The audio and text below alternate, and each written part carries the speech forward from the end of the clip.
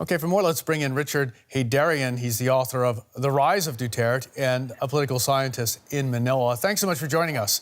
How important are these elections? Can you tell us that for Duterte? Yeah, I would actually argue that this is the most important elections in a generation, at least in the Philippines. I mean, the Philippines is an American-style democracy. Thus, midterm elections are definitely a referendum on the incumbent president. And unlike in the United States, the Filipino presidents do not have an option for re-election, but only have a single term for 6 years. So this is in many ways a question of whether the Filipino people are going to reaffirm the 2016 elections, which again, similar to what happened in Brexit and United States, was a protest vote, or are the Filipinos going to put a brake on President Duterte's increasing authoritarian lurch? And that's why this election is important. The second reason why this election is very important is because it will determine the composition of the Senate, which has acted as a quasi-check on the president's worst instincts, including his proposal for reinstitution of the death penalty, reduction of criminal liability age to only 9 years old, and of course, his push for constitutional change, which will require 3/4 supermajority in the Senate. All those proposals were struck down by the previous Senate. The question is whether his allies will get enough support in the incoming Senate. And lastly, of course, this election is also important because the midterm elections is also where we're going to see who are going to be the likely successors of President Duterte. Very similar to South Korea, Filipino presidents, once they step down, they could face possible jail or possible accountability for things that went wrong. So President Duterte is also looking at choosing his next successor, depending on performance of certain people in these elections. Okay, so there's some very clear choices, isn't there, for voters? Now, Duterte took office 3 years ago. When he took office, he promised to shake up Filipino politics. His war on drugs has, of course, been controversial. Let's take a look at that.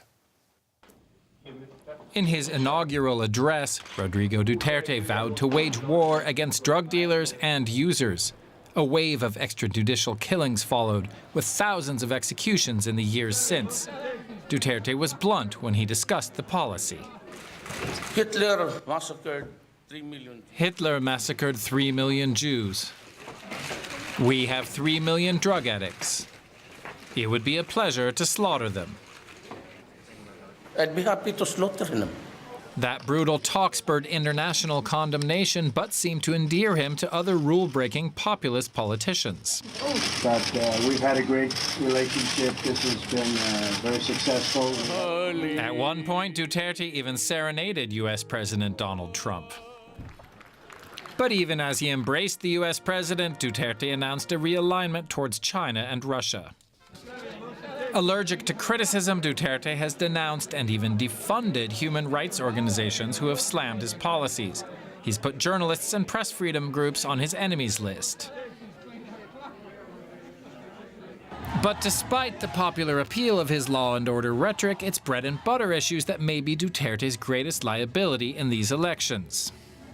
What is necessary is to really unite and struggle for higher wages, better working conditions, and to have an end, to put a stop to the contractualization scheme that is a prevalent practice in so many companies. Still, Duterte's grip on power seems secure. And with a one-term limit in place on his presidency, he's widely seen as grooming his daughter Sarah to take the reins after the next presidential vote in 2022 to ensure his legacy. The latest polls suggest that Duterte continues to enjoy the backing of very large segments of the electorate. Can you tell us, Richard, what's behind his popularity? Well, it's really a confluence of many factors. We don't have time to go into details, but two things stand out. The first thing is, according to the Pew survey recently, only 15% of Filipinos showed categorical commitment to democracy. That means 85% of the Filipinos are either conditional Democrats or they're very comfortable with authoritarian type of leaders. So Duterte is very much into the zeitgeist, which has taken over the Philippines. And the second reason is what Umberto Eco, the late philosopher from Italy, called cult of action. You know, many people in the Philippines do not agree with his methods. They may not agree with the results of his action, but they like the fact that he's at least doing something. And that's one of the reasons why he's very, very popular and may likely remain to well into the end of his presidency. Richard, thanks very much for that. Richard Heydarian, an expert on Duterte and a novelist who's written about it. Thanks very much for being with us. Pleasure.